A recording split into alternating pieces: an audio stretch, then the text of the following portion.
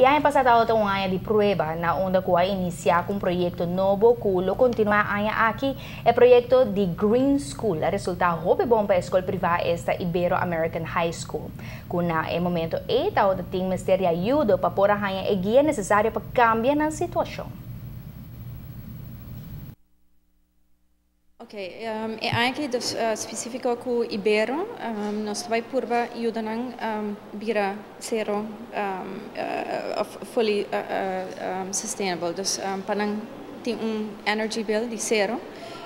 E junto com isso aí nós quer para estudante nang também vai sim den é processo. Dus nota que nós chega e põe zona panelen e assim tudo cambia nang, pero tá com estudante nang mesmo vai cambiar nang consumption behavior, para nang trece e mesmo cambia nang de nang escola.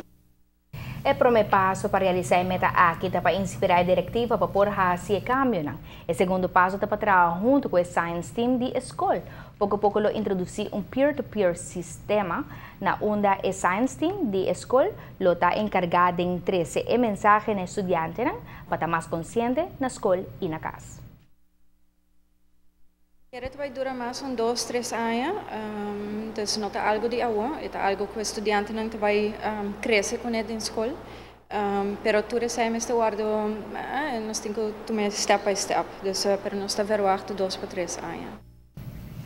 E quero demonstrar que o Ibero-American High School tem um projeto aqui na sério. Tem outro projeto andando e lo iniciar na escola em arriba nos isla que lo educar emocional de escola para mais consciente de terreno de sustentabilidade, escola básica, lo sinha cresce verdura e lo sinha compra cushion, essa que não também.